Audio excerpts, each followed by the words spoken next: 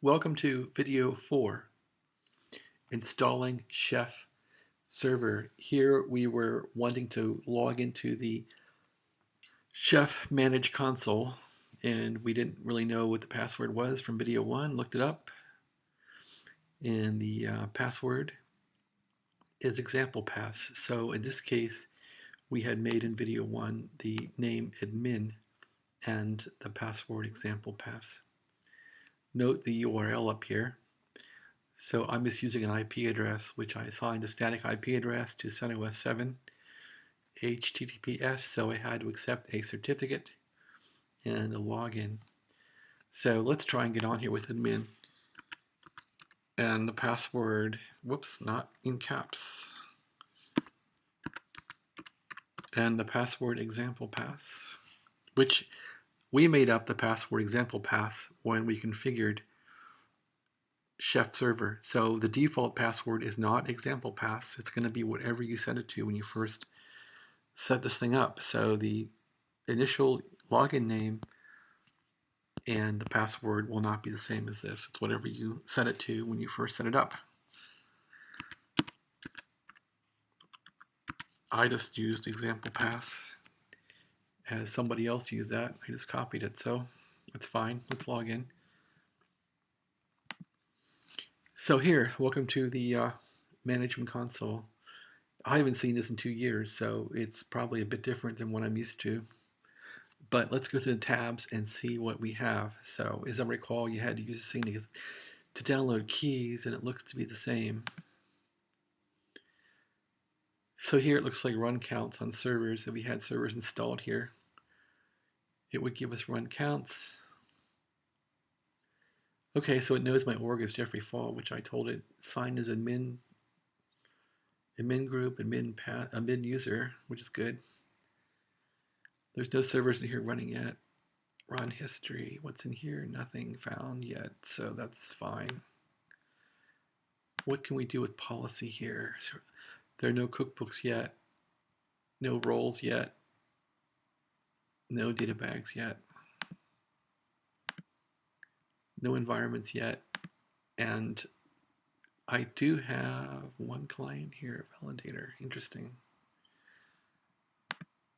Let's take a look at that. Looks like it's the key I'll need. Let's go into administration here. So here we have validation keys. We have a knife config we could generate. Those are not even allowable yet.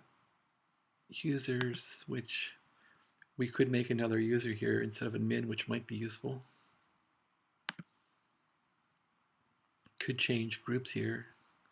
Admins, billing admins, clients, public key read access users. Global permissions. So the console looks to be a way to get keys and to administer policy and to check on nodes. That appears what this thing is useful for. So I think with that then, for video number 5, we'll take a look at how to get knife and how to get a client set up on a Mac. So I want to use the Mac OS, El Capitan Mac OS as a workstation. So my next objective is to get this thing set up on a workstation so we can run knife commands against this server. I am guessing that everything on this server is up and running now. If we take a look at our server here,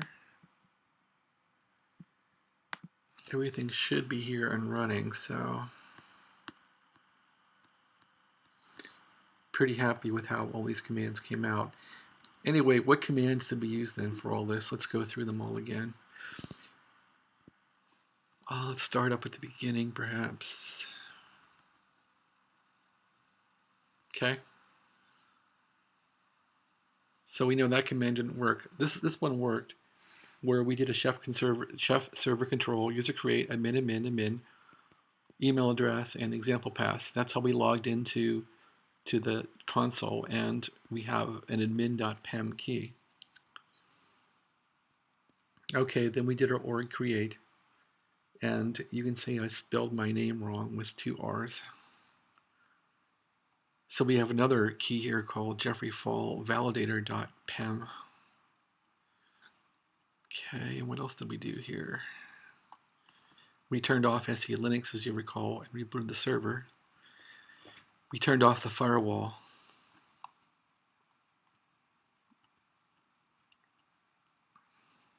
We installed the opscode manage portion, which contains this Chef console.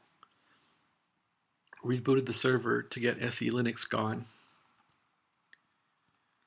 And I know I did a reconfigure here somewhere. Yep, right there. So there's the reconfigure. So once we went through all these steps, we got to the point where we had the console working and we logged in with the password from up here. So let's refresh how we get the password. So here we get the password, username admin, and the password here was example pass. So that's how the password was made to go into this console. So that's not so bad, is it? And that's about it from here. So here we have working console. Now we're really ready to get knife commands working and set up a workstation. So that's what we'll do next. I appreciate your kind attention to this activity, and we'll log out of the console now, and we can log back in. Okay, well, thanks for watching. And oh, by the way, yes, we did come up with all of our processes from opscode. Let's take a look again at all the different processes that run in this thing, so we have a clear understanding of what it looks like when the Chef server is running with the console. ps-ef, and we'll do a grep for opscode.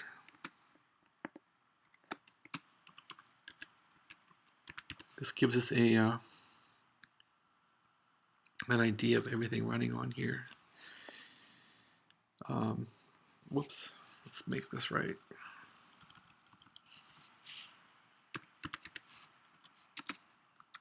Okay, so here's all the opscode stuff running.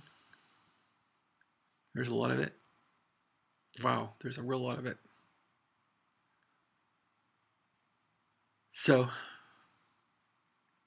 this is only running on one server with 8 cores, 2 gigs of memory. It's a VM running on ESX i60, so this is doing pretty good, I guess. And this is running on hardware, an Apple server, an Apple Mac professional server, big silver thing with aluminum case, probably about 5 years old, 6 years old. So that's how all this is running. Of course, in production, you want to probably spread this stuff out and make it to be high availability. So with that, we'll conclude this, and we'll move on to configuring a workstation, and then how to use knife, and then of course we want to work on configuring 3 servers, which will be Fedora and Red Hat, and the third one will be Ubuntu. So let's give that a shot. Thanks for your attention, and have a great day.